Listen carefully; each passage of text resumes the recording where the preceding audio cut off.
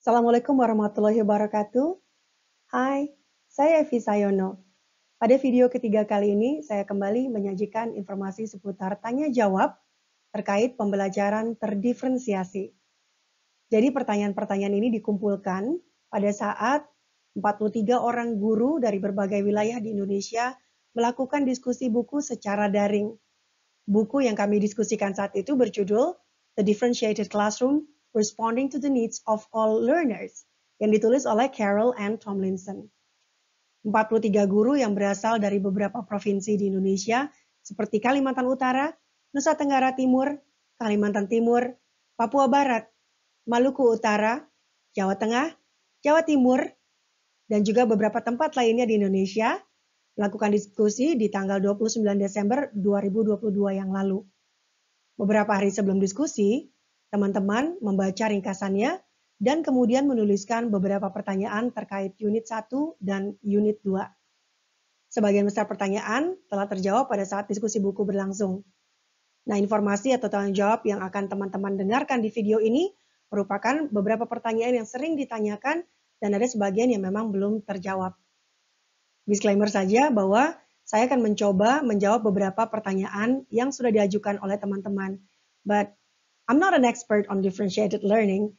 Tapi saya sebenarnya bukan expert, saya bukan ahli pembelajaran terdiferensiasi. Jadi jawaban yang akan teman-teman dengarkan nantinya itu merupakan hasil interpretasi apa yang sudah saya baca pada bagian buku ini. Dan juga akan ada beberapa jawaban yang saya ungkapkan berdasarkan pengalaman ketika saya mengajar menggunakan pembelajaran terdiferensiasi pada tahun 2002 sampai 2018 lalu. Baik, selamat mendengarkan. Baik, saya akan mencoba menjawab pertanyaan pertama yang datang dari Ibu Yasminatul Jannah, seorang guru yang mengajar di Kabupaten Tanah Tidung, Provinsi Kalimantan Utara. Pertanyaan Ibu Yasmin adalah, langkah apa yang kita lakukan dalam membuat pre-assessment untuk mengetahui kekuatan dan kelemahan siswa? Jadi sebenarnya langkahnya itu panjang banget dan saya sempat membuat video tentang langkah-langkah yang sangat detail mulai dari mengenali standar sampai sampel pembuatan penilaian formatif membaca untuk siswa kelas awal. Jadi nanti saya akan cantumkan link video bagaimana cara membuat penilaian formatif di description box di bawah ini ya teman-teman ya. Nanti teman-teman dapat menyimaknya secara langsung, videonya agak panjang, durasinya sekitar 1 jam. Jadi untuk menjawab pertanyaan Ibu Yasmina ini, saya akan jawab secara singkat aja. Untuk mengetahui secara detail, teman-teman silakan mengklik link video tentang pembuatan penilaian formatif yang akan saya letakkan dalam description box di bawah ini. Baik, jadi langkah singkatnya yang pertama adalah guru harus mengetahui standar yang mau dicapai dalam artian kurikulum ya, kurikulumnya tahu. Lalu kemudian kita akan memilih topik yang mau kita ajarkan. Setelah tahu, kita akan membuat kegiatan untuk mengetahui, untuk mengecek posisi siswa kita itu ada di mana ketika kita melihat kurikulum. Itu aja sih singkatnya. Baru kemudian setelah mengetahui targetnya, kita bisa membuat ininya ya, tools-nya atau alatnya untuk mengetahui kesiapannya siswa. Nah ini yang pertama, ya, kalau kita mau melihat readiness-nya siswa atau kesiapannya siswa terhadap standar yang ada di kurikulum, kita bisa melakukannya dengan berbagai cara ya. Yang pertama bisa dengan pre-test atau pre-assessment yang dilakukan sebelum pembelajaran berlangsung. Jadi contohnya ya, pre-test untuk membaca dan berhitung. Dalam video yang nanti akan teman-teman lihat, yang nanti linknya saya cantumkan, di situ ada caranya, apa yang mau dites, apakah hurufnya, suku katanya, dan seterusnya.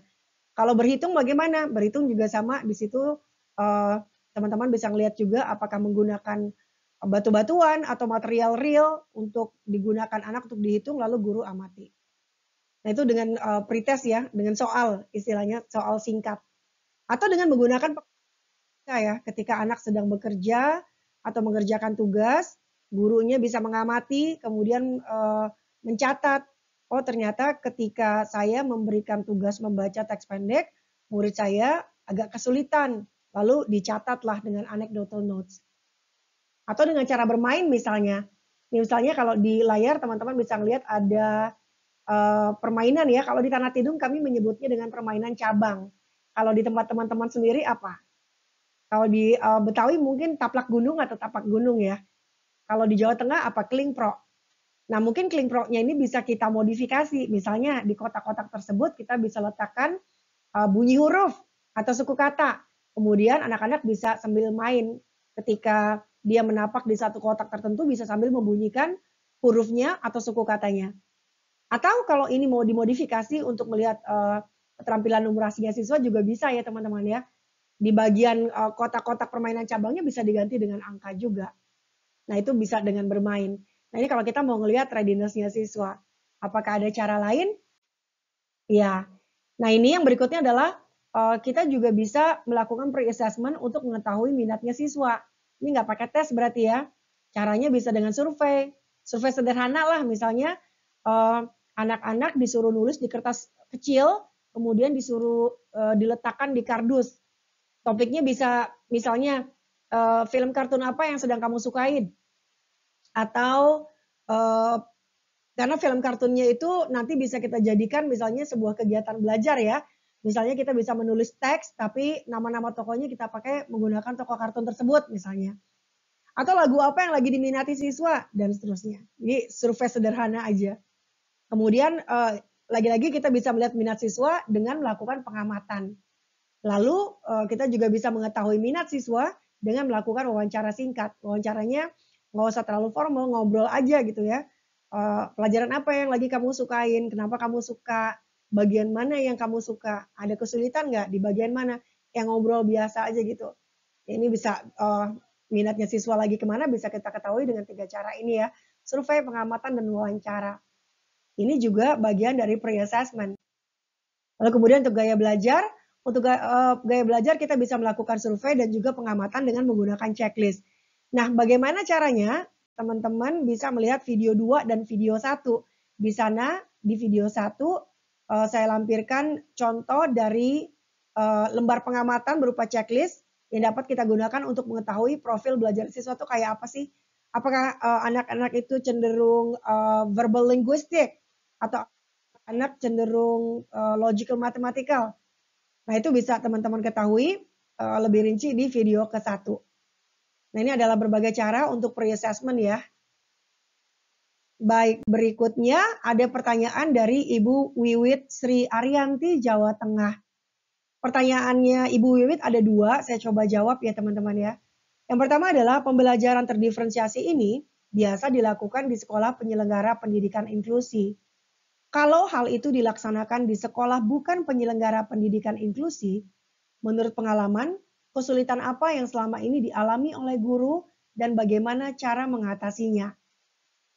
Lalu pertanyaan nomor 2, menurut pengalaman, metode apa yang paling efektif yang dapat digunakan untuk melakukan pra-penilaian? Jadi untuk pertanyaan nomor 2-nya Mbak Wiwit ini tadi sudah dijawab ya ketika saya menjawab pertanyaan dari Ibu Yasmin. Mungkin sekarang saya akan fokus menjawab pertanyaan kedua. Yang ditanya kesulitan ya, kesulitan mungkin mengubah paradigma mungkin. Kalau saya sebagai guru ya, sebagai sempat juga menjadi kepala sekolah, kemudian kesulitan saya ketika itu adalah mengubah paradigma.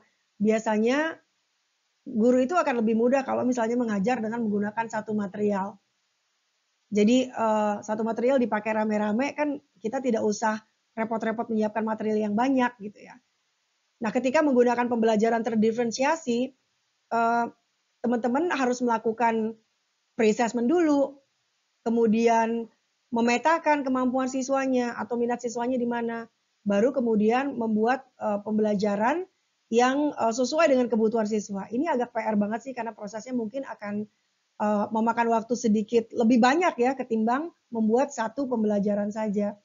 Cuma apa namanya yang saya ajak teman-teman untuk memikirkan bareng-bareng adalah membuka mata hati kita ya, bahwasanya memang satu kelas tidak ada anak-anak yang kemampuannya sama semua. Walaupun dia bukan sekolah inklusi ya. Walaupun dia bukan sekolah inklusi, tapi dalam sejarah saya ngajar, saya mulai mengajar tahun 95, sampai terakhir saya mengajar tahun 2018.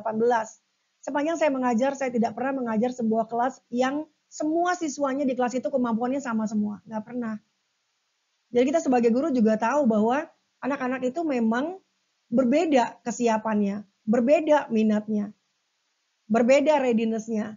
Dan kalau misalnya kita ngajar dengan satu cara, maka ada kemungkinan anak-anak yang dirugikan. Anak yang memang belum siap, kemudian kita paksa untuk menggunakan material atau bahan ajar untuk anak-anak yang sudah siap membaca misalnya, itu akan kesulitan. Lalu mereka akan belajar apa?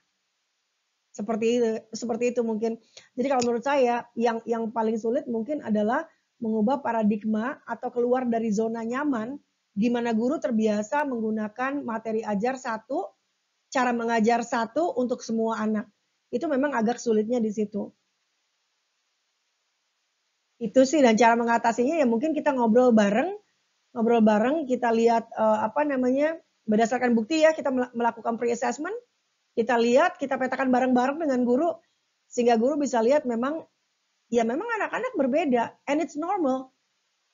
Dan ketika guru tahu bahwa oh ini memang butuh perlakuan khusus atau butuh bantuan khusus dan seterusnya. Seperti itu mungkin dari saya. Baik teman-teman, demikian adalah tanya jawab pertanyaan-pertanyaan seputar implementasi pembelajaran terdiferensiasi di kelas. Semoga dengan menjawab pertanyaan-pertanyaan ini, keraguan teman-teman untuk bisa mengimplementasikan pembelajaran terdiferensiasi di kelas dapat sedikit demi sedikit terhapuskan gitu ya. Dan semoga teman-teman bisa lebih yakin lagi bahwa pembelajaran terdiferensiasi itu mudah kok, nggak sulit, dan memang anak-anak memerlukannya. Baik teman-teman, terima kasih sudah meluangkan waktunya untuk mendengarkan video ketiga ini. Sampai jumpa di video berikutnya. Saya Evi Sayono. Dah.